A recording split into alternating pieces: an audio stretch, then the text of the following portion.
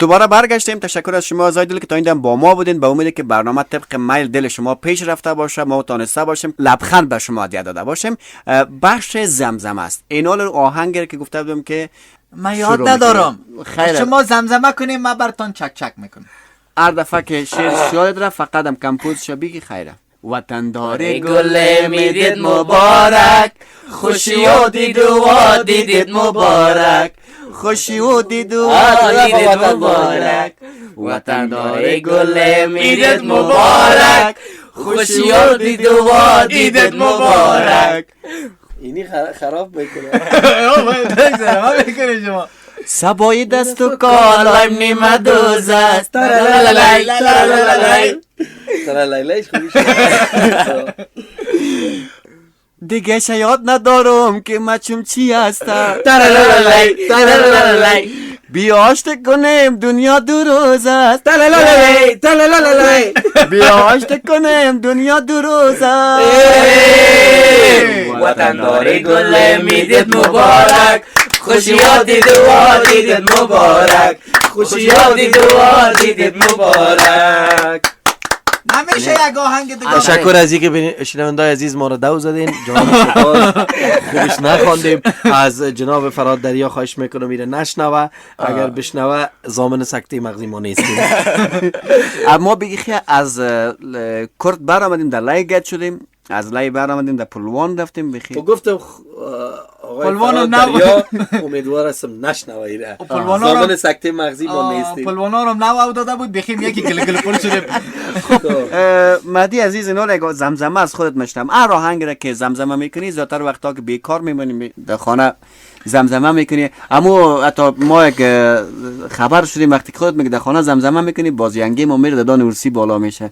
از پرسان که چرا وقتی مهدی زمزمه میکنه دان ورسی بالا میشه؟ گفتم همسایه فکر نکنه که ملتش میکنم. اونم آهنگ بیا یک آهنگ با هم بخونیم.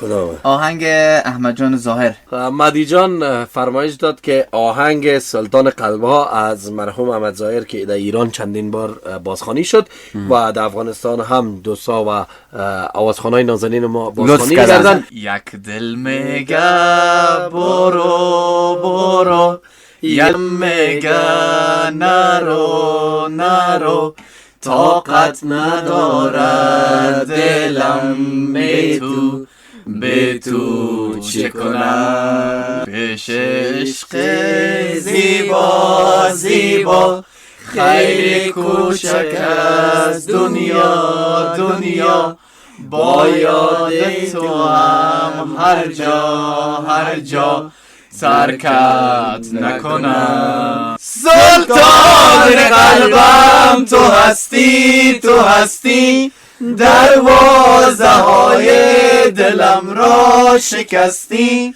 پیمان یاری تو بر من ببستی، با من پیوستی. اکنون اگر از تو دورم به هر جا، فریاد دیگر نبندم دلم را سرشا. اگر باز خیر فواد جان فواد این غم در زندگی کلگی است. خیره یک بار مدی پیش کلگی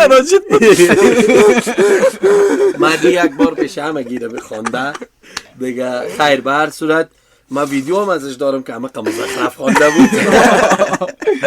خیر به هر صورت شنونده‌های عزیز جان سپاس، تشکر از اینکه تا ایدم همراه ما بودین و خورشید 98.6 FM انتخاب کردین به خاطر شنیدن و امیدوار هستیم که لحظات خوش خنده بر لب داشته باشین. پس یک آهنگ بذات امیر برنامه. من میگم خب بگو. امی آهنگ استاد ناشناس. کدام آهنگش؟ آهنگ که میگه بیا شب‌های مهتابی. بیا شب‌های مهتابی. نبیده او شب نبید. به خاطر اینکه اینجا آب و هوا قدر آلوده است که مهتاب معلوم نمیشه.